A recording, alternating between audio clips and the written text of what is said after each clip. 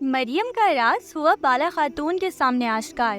بیٹی کی جدائی کے چلتے کون بنے گا عثمان بے کے غصے کا شکار؟ السلام علیکم ناظرین کرام، ترفے چینل کی جانب سے آپ سب کو خوش آمدید۔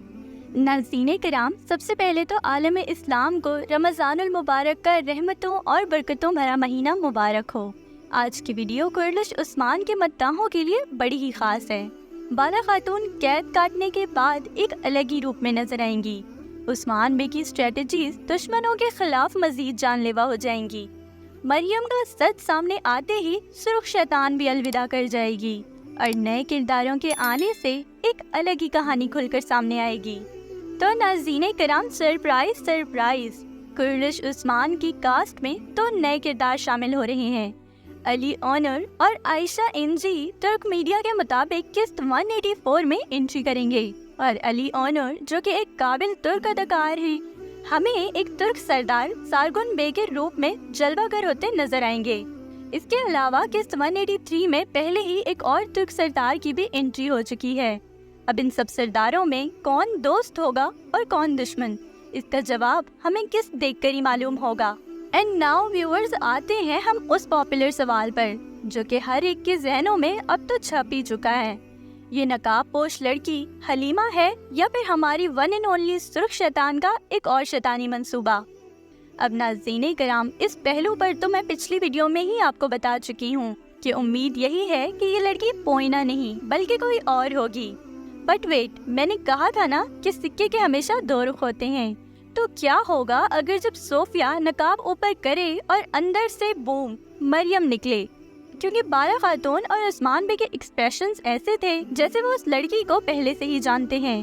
اس صورت میں آخر کہانی کیا موڑ لے گی؟ تو ناظرین کرام، ہم جب چھوٹے تھے تو امیاں ایک مثال دیتی تھیں کہ 100 مرے ہوں گے تب یہ پیدا ہوا ہوگا۔ تو صوفیہ کے معاملے میں بھی 100 شیطان جب مرے ہوں گے تو ہماری سرخ شیطان پیدا ہوئی ہوگی۔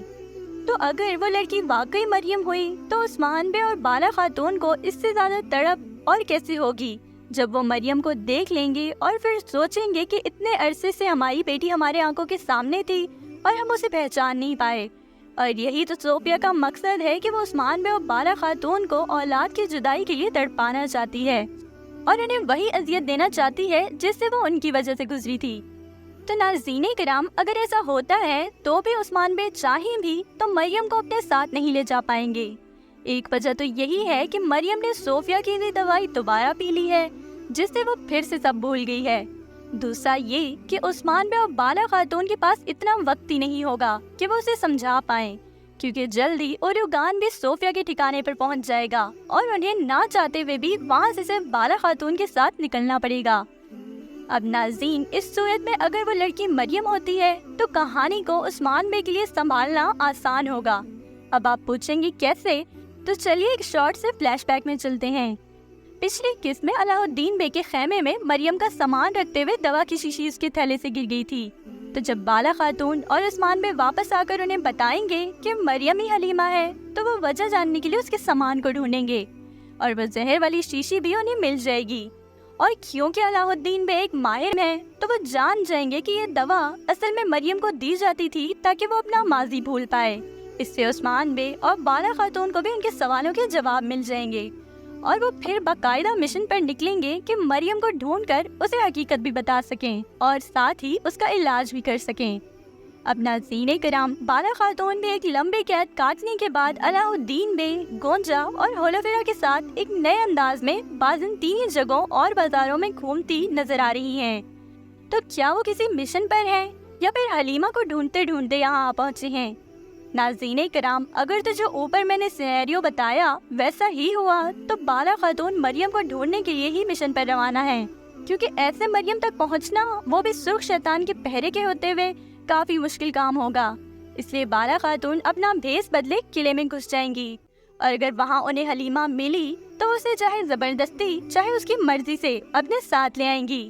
اس کے بعد مریم کو علاء الدین بے اس دوا کی حقیقت بتائیں گے جس کو وہ اپنا علاج سمجھ کر اتنا عرصہ اپنے اندر اتارتی رہی ہے، اور اس طرح حلیمہ کا معاملہ بھی اپنے اختتام کو پہنچے گا۔ اب ناظرین کرام، دوسرا اہم سوال جو سب کے ذہنوں میں چھپا ہوا ہے وہ یہ کہ سرخ شیطان کا خاتمہ آخر کب ہوگا؟